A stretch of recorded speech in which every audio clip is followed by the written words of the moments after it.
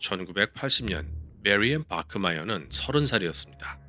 메리앤에게는 앤이라는 이름의 7살짜리 딸이 있었습니다.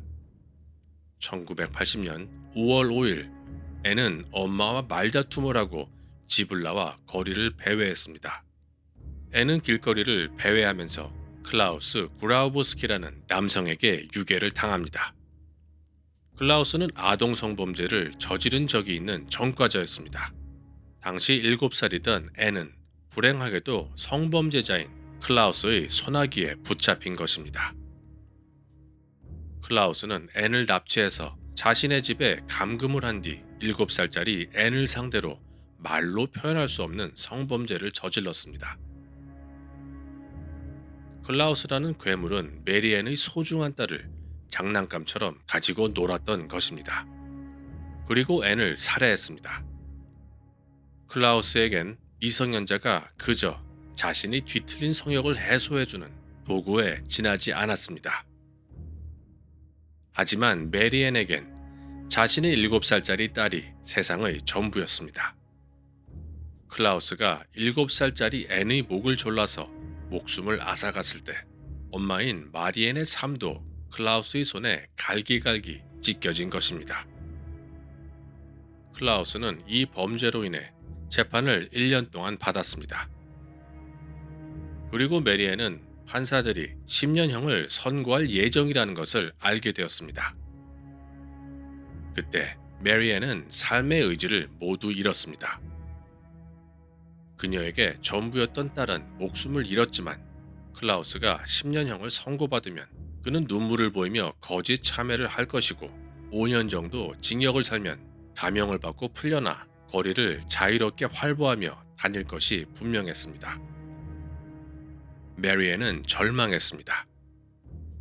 딸이 죽임을 당한 메리앤은 자식을 위해 아무것도 할 수 없다는 사실 때문에 자신이 살아있는 순간순간이 모두 감옥처럼 느껴졌을 것입니다. 클라우스는 10년을 선고받아도 모범수가 되면 5년이면 출소를 할 수 있지만 딸이 사라진 메리앤의 삶은 평생을 고독한 독방에 갇히게 된 무기징역수와 다를 바 없는 것입니다. 판사들은 말합니다. 우리는 정의를 지킨다. 하지만 이런 이빠른 소리를 하는 판사들은 자식을 잃어본 적도 없으며 억울한 경우를 당하지도 않습니다. 메리앤은 집에 가면 아직도 슬픔에 잠겨 딸의 옷에 배어있는 채취를 맡으려 하며 눈물을 흘리지만 판사들은 그저 무게나 잡으며 한마디 던집니다. 우리나라 법이 그렇게 호락호락하지 않다. 법원의 결정을 믿어라. 자, 이런 상황에서 여러분들은 어떻게 하시겠습니까? 재판은 1년 정도 진행이 되었고 딸을 위해 아무것도 해줄 수 없는 메리앤은 절망에 빠졌습니다. 그녀는 7살짜리 딸을 위해 7발의 총알을 구했습니다. 그리고 법정에 들어가 클라우스를 향해 7발을 발사했습니다. 7발의 총알이 클라우스의 몸에 파고들었습니다. 메리앤이 발사한 그 총알들은 그저 단순한 총알들이 아니었습니다. 딸의 목소리가 들리는 것 같아 울면서 지새운 하얀 밤들. 소중한 딸을 생각하면 더 이상 웃을 수 없다는 절망감. 딸을 보호하지 못했다는 엄마로서의 죄책감. 이런 절망스러운 감정들이 총알의 모습으로 클라우스의 몸을 관통한 것입니다. 세상에는 징역살이로도 씻을 수가 없는 죄가 있습니다. 세상에는 비싼 변호사의 그 어떤 논리로도 씻을 수가 없는 죄가 있습니다. 범죄자가 성욕을 채우기 위해 미성년자를 건드리는 것은 결코 용서할 수 없는 죄입니다. 이번 뉴스를 보니까 미성년자랑 연애했다는 게 무슨 거대한 범죄처럼 지금 난리가 났어.